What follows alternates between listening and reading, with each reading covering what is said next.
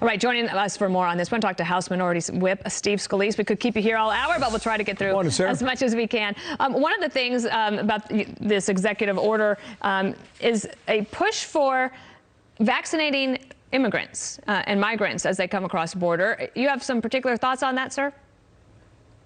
Yeah, Dana and Bill, good to be with you. First of all, think about this. And just President Biden's first week and a half, 2 weeks in office, we've seen millions potentially of jobs in America destroyed. But now you're looking at his latest plan on the vaccine. He inherited a great plan from President Trump through Operation Warp Speed, where we're going to be vaccinating about 100 million Americans in the next 100 days. And what has President Biden done? First, we exposed that he was trying to prioritize Gitmo terrorists over Americans in getting the vaccine. They pulled back on that after we exposed it. But then now he's saying that people who came here illegally can jump ahead of other Americans who have been waiting to get the vaccine on that prioritization. So what is this priority? I thought we were supposed to be looking out for hardworking families. We're trying to get our economies open. We're trying to get our schools safely reopened. And you do that by vaccinating everybody who wants to get the vaccine.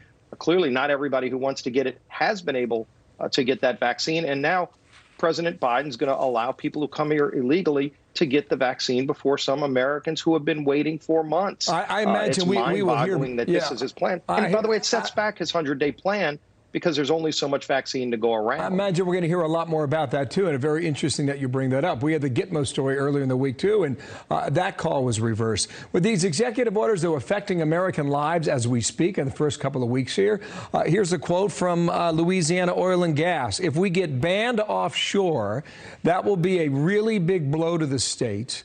1 out of every 9 Louisianans work in the oil and gas business.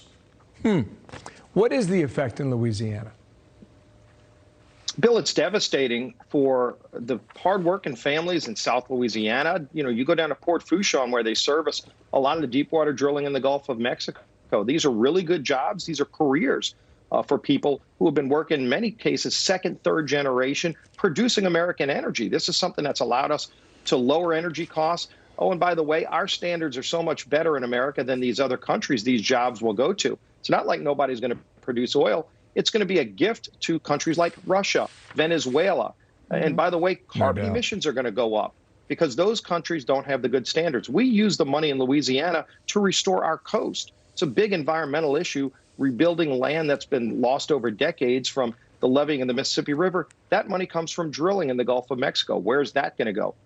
So there's a lot of devastating impacts to families and to our environment in South Louisiana. And again, you can see this story playing out in so many other states. You just showed in Texas, those families who are going to be just put out on the streets. And, John Kerry can fly around on a private jet telling you not to fly on a commercial airliner. Where do you think that jet fuel is going to come from? It's not just going to go away. They're not going to put solar panels on those airplanes. It's going to come from foreign countries, in many cases, who don't even like America and who emit more carbon. So you will increase global emissions and crush American jobs. Explain how that's prioritizing Americans or the hardworking families who depend on it, the school systems who will lose money because those local communities are not getting that tax revenue. That money's now going to countries like Russia.